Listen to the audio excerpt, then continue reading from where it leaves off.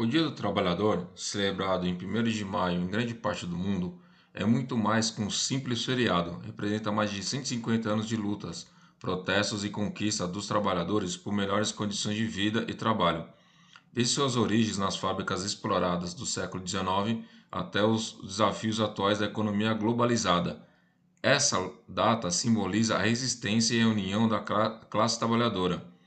Nesse podcast, vamos percorrer a história completa do 1º de maio, desde os primeiros movimentos operários até os debates contemporâneos sobre direitos trabalhistas.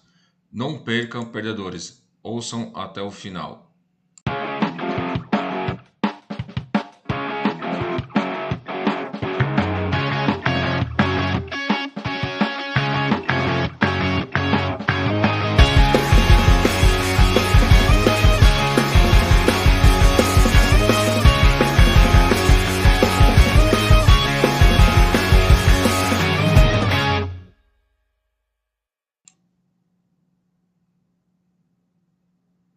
As origens do dia 1º de maio começou com o surgimento do proletariado e as condições desumanas da Revolução Industrial do século XVIII e século XIX, que transformou a economia mundial, substituindo o trabalho artesanal pelas máquinas. As fábricas se multiplicaram, mas os operários viviam em condições extremamente precárias. Jornadas de 14 a 16 horas por dia, sem folgas, salários miseráveis, muitas vezes insuficientes para alimentar uma família, trabalho infantil com crianças operando máquinas perigosas, ambientes de trabalhos insalubres, sem ventilação ou segurança. Diante dessa realidade, os trabalhadores começaram a se organizar em sindicatos e associações operárias, exigindo direitos básicos como redução da jornada para 8 horas diárias, melhores salários, fim do trabalho infantil e condições dignas de trabalho.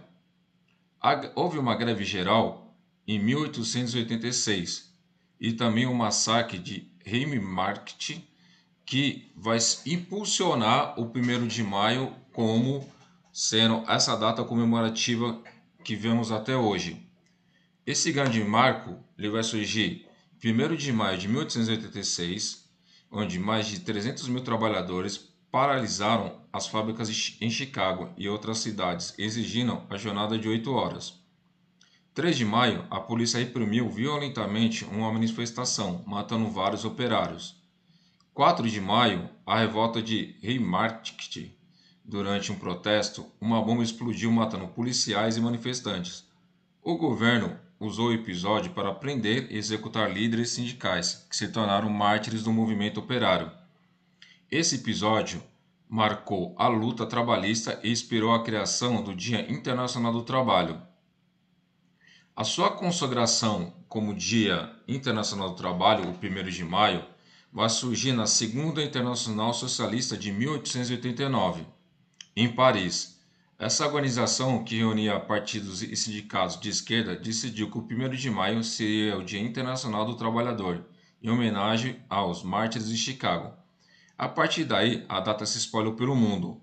Europa, países como França, Alemanha e Itália adotaram o 1º de maio como feriado nacional. América Latina, movimentos operários começaram a celebrar a data no início do século XX.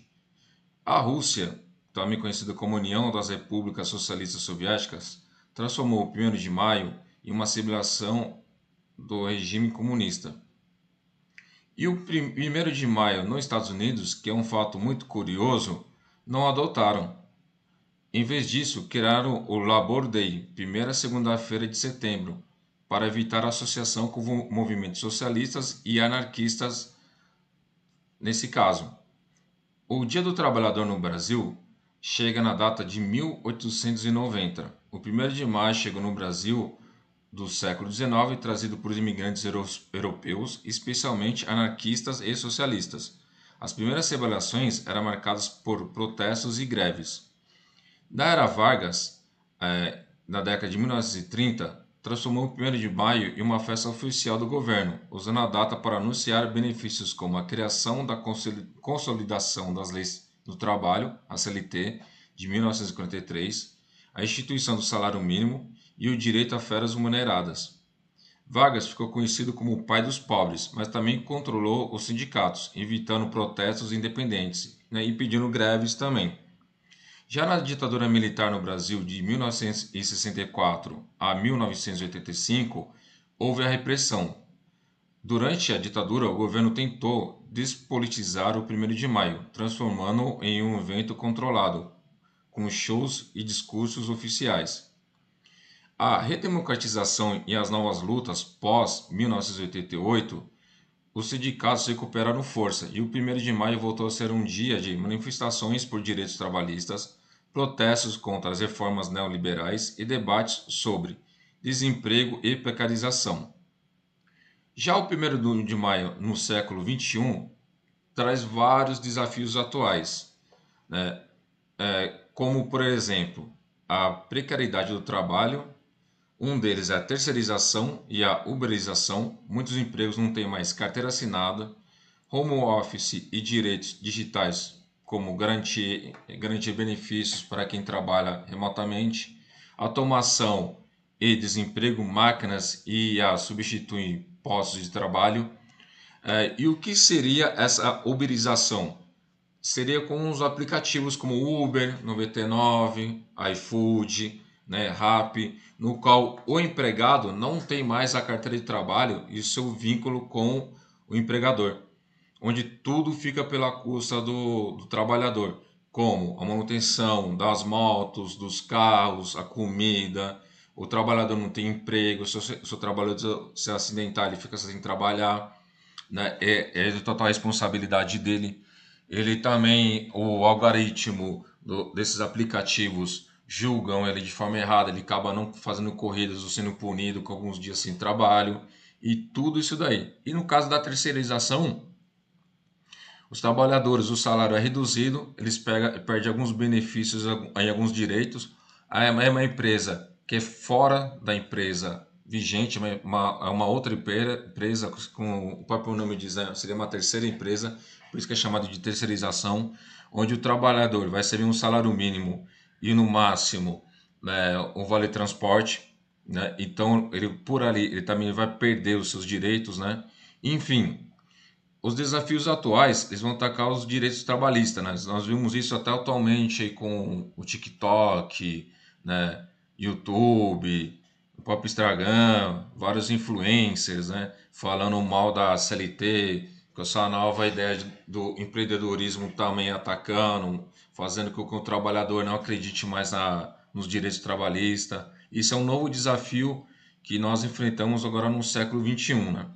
Novas reformas trabalhistas que reduzem garantias, enfraquecimento dos sindicatos, aumento da informalidade, cada vez mais aumentando, né?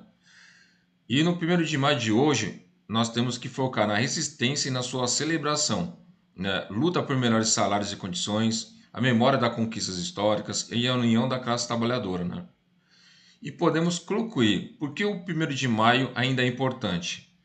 O Dia do Trabalhador não é apenas um feriado, mas um símbolo vivo da luta por dignidade desde as greves de 1886 até os protestos atuais. Essa data lembra que os direitos não são dados, mas conquistados, seja em manifestações nas ruas, debates sobre o futuro do trabalho ou celebrações culturais. O 1º de Maio continua sendo um marco de resistência.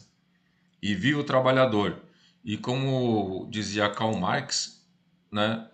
Trabalhadores do mundo, univos!